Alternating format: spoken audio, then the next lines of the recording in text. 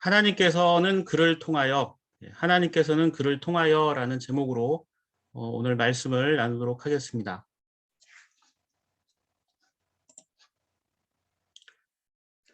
예, 독일의 마틴 루터라고 하는 이제 종교개혁자, 전 세계 기독교회가 10월 마지막 주를 이제 종교개혁 기념일로 이렇게 지키고 있습니다. 그래서 이 종교개혁하면 이제 독일의 신학자였던 루터를 이제 빼놓을 수 없는데요. 1517년에 그것도 10월 31일, 전에도 한번 말씀드렸지만 이때가 만성절 전야입니다. 만성절 전야. 뭐 세속적인 말로는 이제 할로윈이라고 해서 많은 축제들을 하는데 이 할로윈 축제가 결국은 어떤 귀신들을 달래는 그런 날로 이렇게 알려져 있지만 실제로는 교회 역사에서 있었던 그 만성절, 모든 성인들을 축복하기 위해서 하는 전날 축제가 이렇게 이제 변질이 돼서 할로윈 축제가 됐습니다. 근데 이 10월 31일은 할로윈이 아니라 종교개혁 기념일입니다. 루터가 만성절에 모인 많은 사람들을 보면서 저들이 교회로부터 잘못된 가르침과 왜곡된 신앙적 가치관을 갖고 있어서 그것에 대해서 논의를 하자라고 하면서 95개의 논제를 당시 비텐베르크 성에 있었던 교회 정문에 붙이면서 이제 종교개혁의 어떤 출발점이 되었다고 알려져 있습니다. 그래서 많은 교회들은 10월 31일을 이제 종교개혁 기념일로 지키고 있습니다. 올해가 이제 504주년이 되었습니다. 1517년이니까 이제 504주년 종교개혁 기념일이 되었는데요. 루터 당시 교회가 굉장히 쇠속화되었습니다.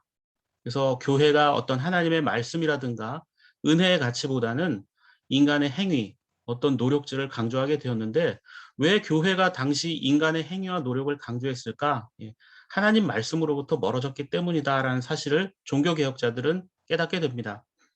그런데 사실 이런 인간의 행위 강조는 당시 종교 지도자들의 어떤 이익과 관련이 있습니다. 교회의 이익과 관련이 있다는 겁니다. 루터가 주장했던 95개의 논제 중에 몇 가지 논제를 살펴보면 그 당시 교회가 어떤 교회의 이익을 위해서 얼마나 많은 사람들에게 성경과 어긋난, 성경에서 가르치지 않은 잘못된 가르침을 주었는지를 알 수 있는 장면들이 있습니다. 95개 논제 중에 27번째와 35번째 논제를 살펴볼 텐데요. 자, 그들이 전도하기를 돈이 헌금궤에 쩔렁하고 떨어질 때마다 영혼이 연옥에서 날아서 나온다고 말합니다. 이렇게 되어 있습니다. 그들이, 여기서 말하는 그들은 면죄부 또는 면벌부라고 하죠. 벌을 받지 않을, 죄가 면해지는 그런 어떤 권리증을 사람들이 팔고 다녔어요. 그래서 그것을 사도록 했는데 그걸로 이제 돈을 모아서 이제 뭐 건축도 하고 자신들의 어떤 비용으로 처리를 하는 겁니다. 근데 뭐라고 얘기했냐면 면죄부를 사면서 돈을 헌금궤에 넣을 때 땡그랑하고 이런 소리가 나면 영혼이 연옥에서 날아온다. 이런 식의 가르침을 했어요.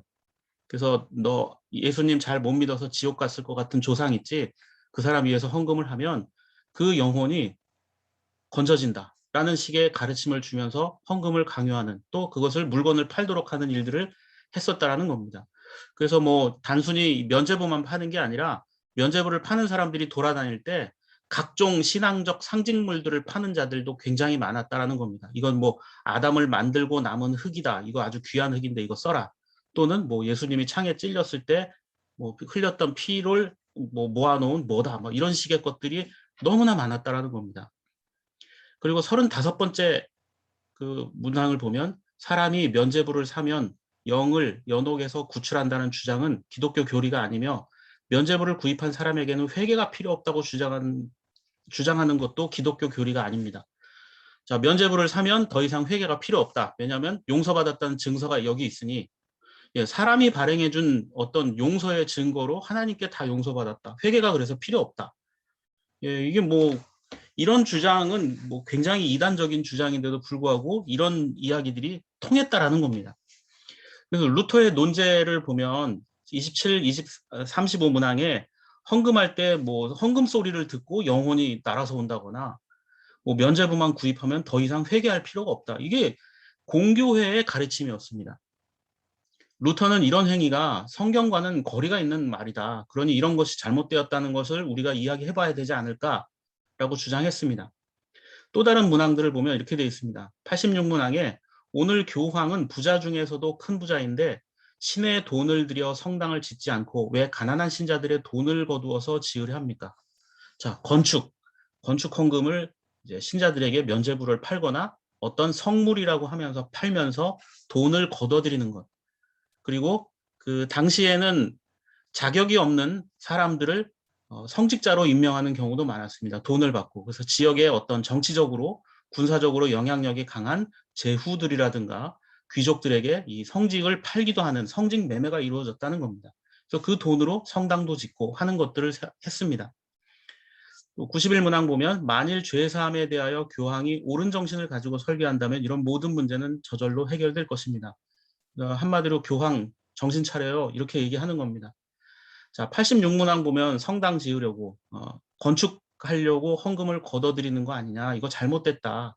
그러면서 뭐 어느 분의 아주 유명한 말처럼 혼이 비정상인 교황이 설교나 똑바로 해라 이렇게 비판을 했던 겁니다.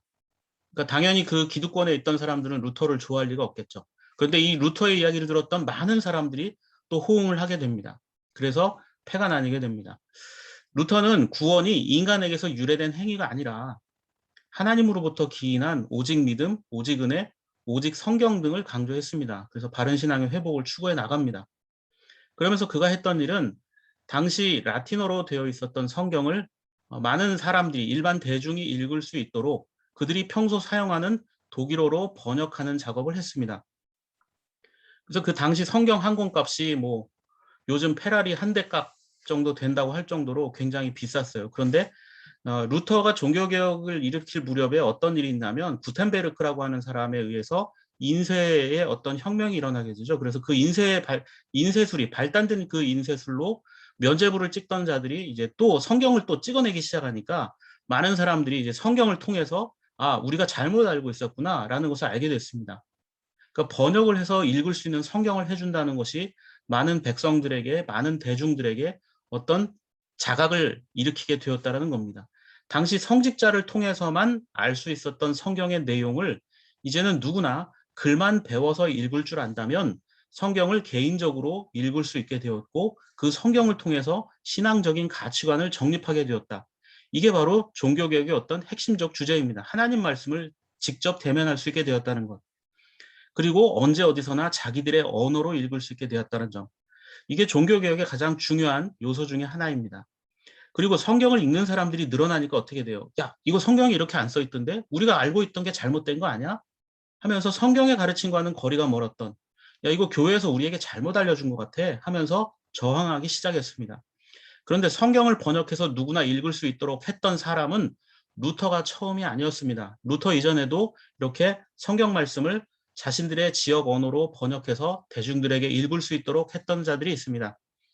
루터가 1517년, 504년 전에 종교개혁을 했을 때 처음 한 것이 아니라는 겁니다. 루터에게도 영향을 주었던 사람들이 있었습니다. 자, 영국의 신학자였던 존 위클리프라는 사람은 루터보다 무려 160년이나 먼저 태어났습니다. 이 사람이 1320년에 태어나서 1384년에 돌아가셨으니까 조선 왕국 이제 초기에 뭐 활동을 했다고 이렇게 볼 수 있죠.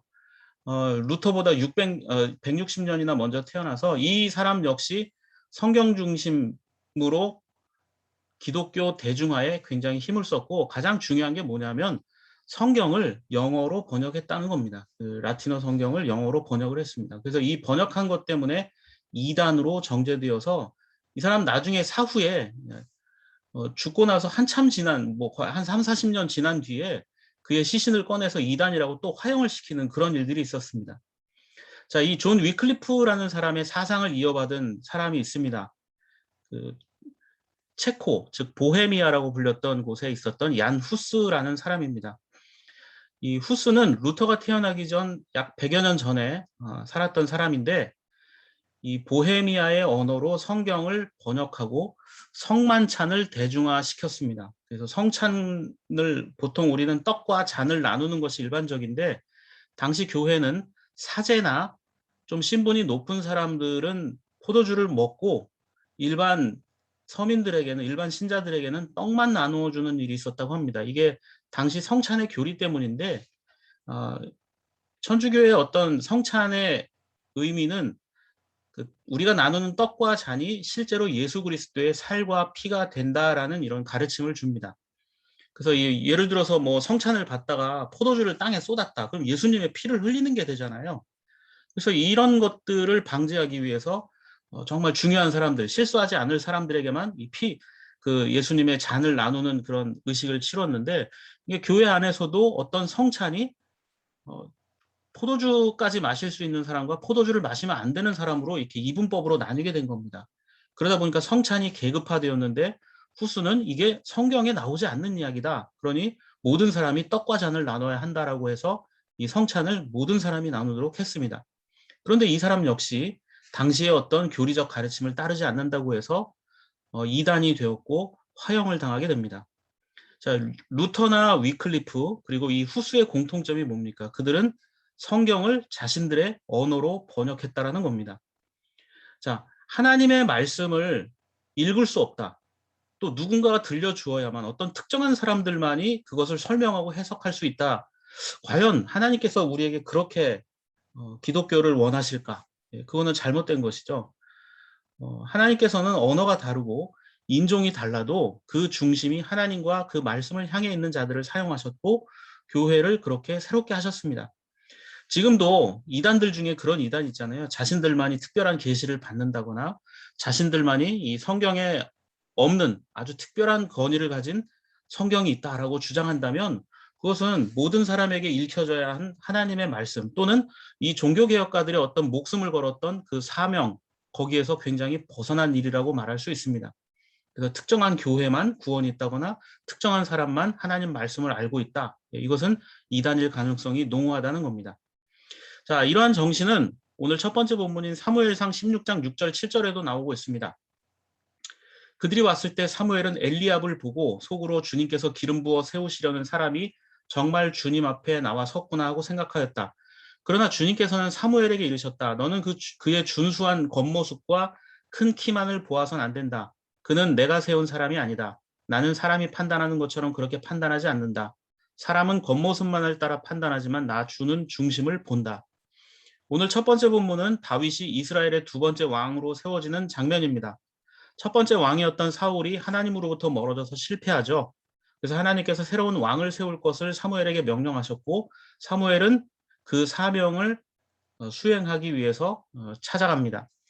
이새라는 사람을 초대해서 그 아들들을 관찰하는데 6절 말씀을 보면 사무엘은 당시 이새의 첫 번째 아들이었던 엘리압을 보고 이 사람이구나 이렇게 생각했습니다. 너무 외형적으로도 뭐 아주 멋지고 마음에 들었던 것 같습니다. 그런데 7절에서 하나님께서 나는 그렇게 생각하지 않는다 하시면서 반대하는 장면이 등장합니다. 그러면서 7절에 이렇게 되어 있습니다. 사람은 겉모습만을 따라 판단하지만 나 주는 중심을 본다. 이렇게 되어 있습니다. 자, 여기서 겉모습으로 번역된 그 히브리어 단어는요. 눈들이라는 뜻입니다. 눈들. 그러니까 겉모습, 눈들. 그러니까 사무엘 선지자나 다윗의 아버지 이새는 자신들의 기준과 경험을 하나님의 뜻이라고 착각한 겁니다. 그런데 하나님께서 중심을 본다라고 하셨습니다. 중심을 본다. 이 중심이란 말은 마음을 의미합니다. 그러면 생각해 보십시오. 여러분, 다른 사람의 마음이 보입니까? 심리학과 상담이 발달했다고 하지만 우리는 여전히 알 수 없고 또 알려고 해도 어떻게 방법이 없는 게 사람의 마음입니다. 심지어 나도 내 마음을 잘 모르는 게 인간의 어떤 모습입니다. 그럼에도 불구하고 하나님은 사람의 중심, 즉 마음을 보겠다 이렇게 말씀하셨습니다.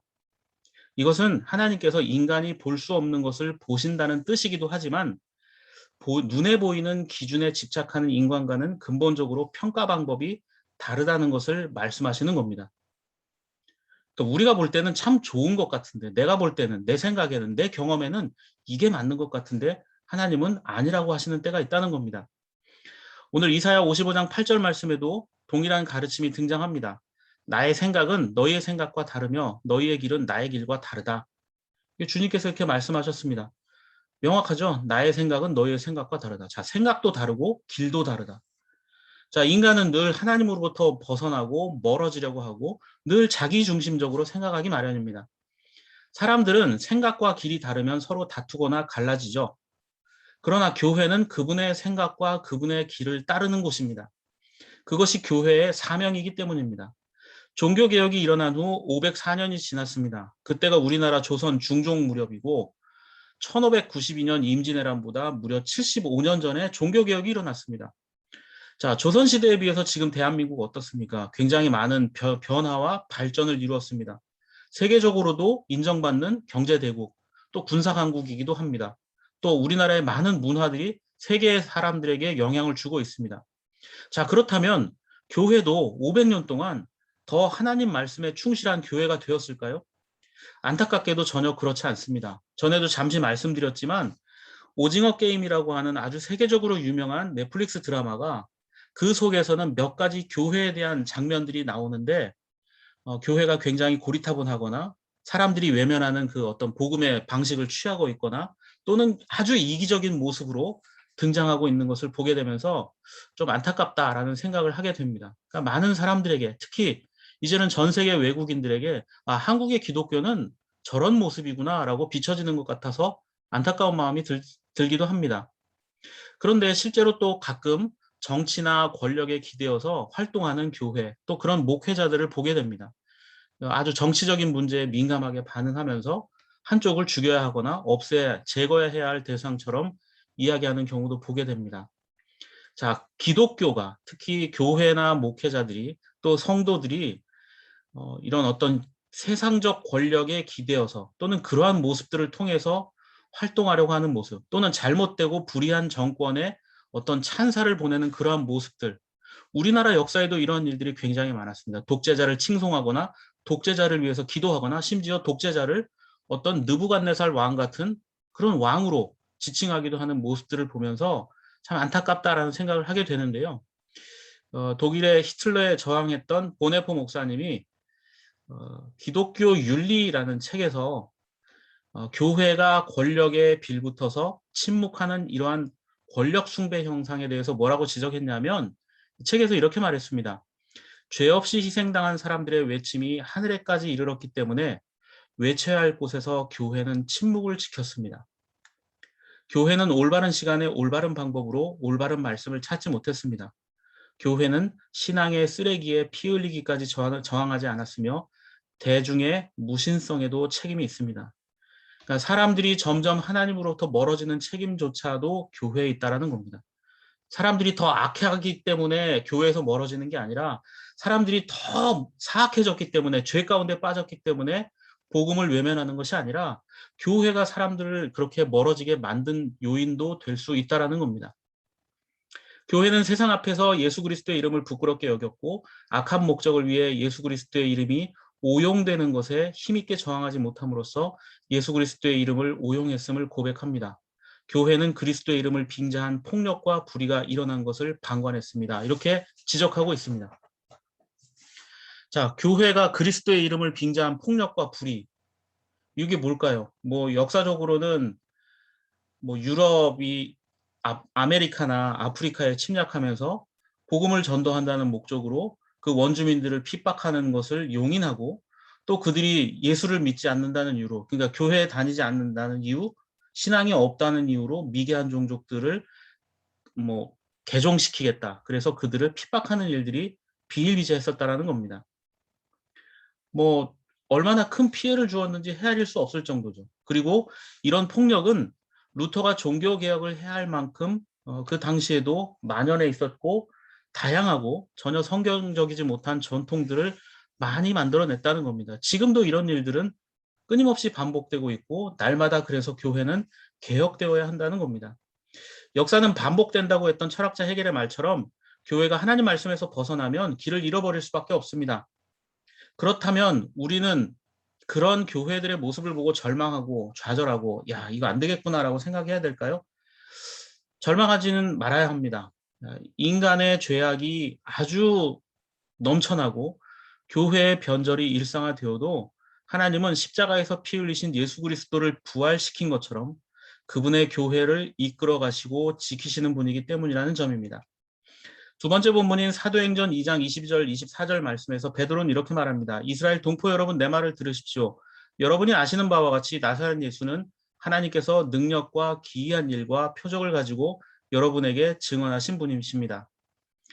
하나님께서는 그를 통하여 여러분 가운데서 이 모든 일을 행하셨습니다. 이 예수가 버림받으신 것은 하나님께서 정하신 계획을 따라 미리 알고 계신 대로 된 일이지만 여러분은 그를 무법자들의 손을 빌어서 십자가에 못 박아 죽였습니다. 그러나 하나님께서는 그를 죽음의 고통에서 풀어 살리셨습니다.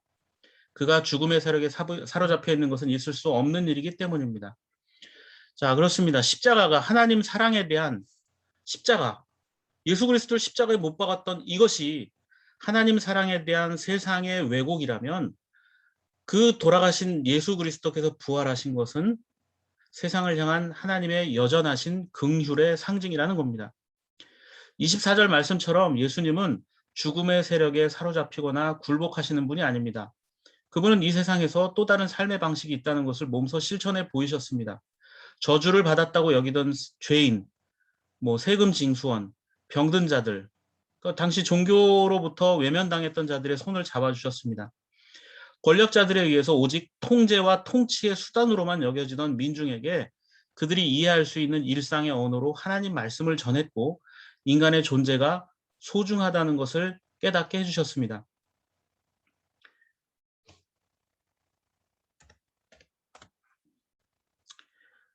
자, 물건은 본질이 존재에 앞선다. 인간은 존재가 본질에 앞선다라는 말이 있습니다. 자, 의자가 있다고 한번 생각해 보십시오. 여러분, 의자의 본질이 무엇입니까? 앉는 것이죠. 그런데 고장이 나서 고칠 수 없으면 교체하든지 버립니다. 물건은 그냥 버려도 돼요. 하지만 사람은 어떻습니까? 이 팔이나 다리가 없다고 사람을 물건처럼 다룰 수는 없죠.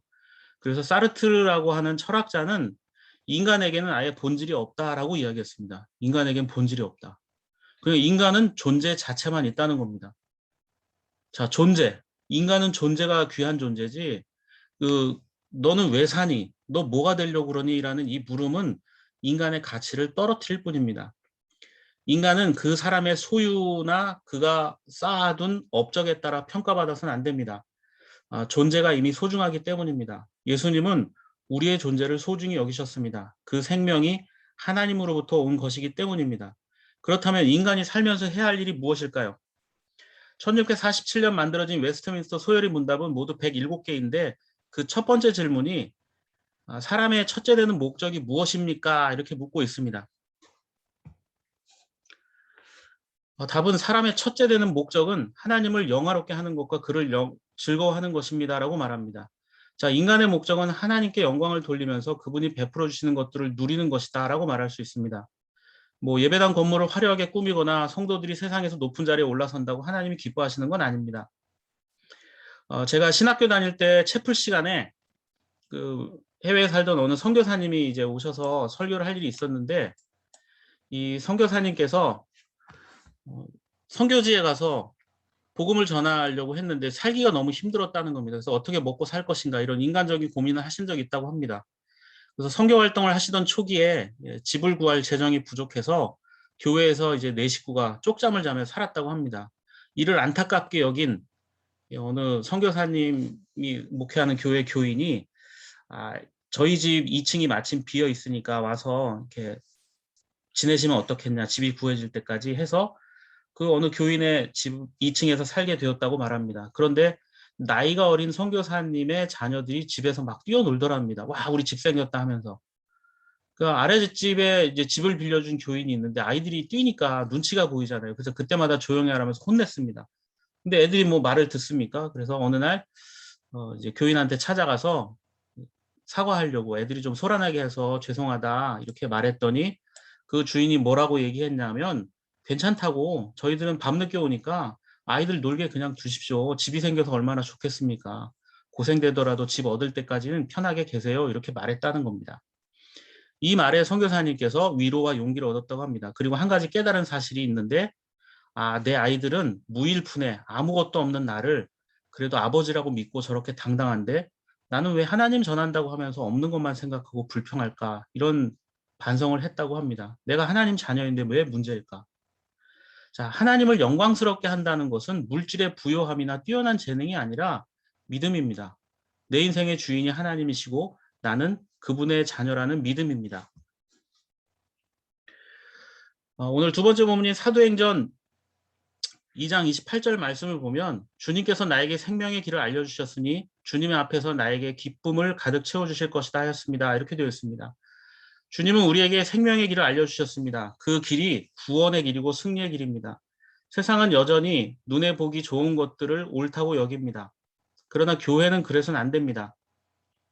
언제나 올바른 방법으로 올바른 주님의 말씀을 찾고 전하는 교회가 되어야 합니다. 종교적인 변절에 저항해야 되고 악한 목적으로 예수 그리스도의 이름이 오용되는 것들을 반대해야 합니다. 주님께서 우리의 존재를 소중히 여기셨습니다. 그렇기 때문에 나뿐만이 아니라 나와 다른 이들도 소중하다라는 사실을 또한 고백할 수 있어야 합니다. 종교개혁은 여전히 진행 중이며 끊임없이 우린 이 나라와 교회를 위해 기도하며 주님의 뜻을 행해야 되겠습니다. 그러한 사명에 기쁨으로 감당할 수 있는 저희 들풀교회와 교우 여러분들이 되시기를 바랍니다.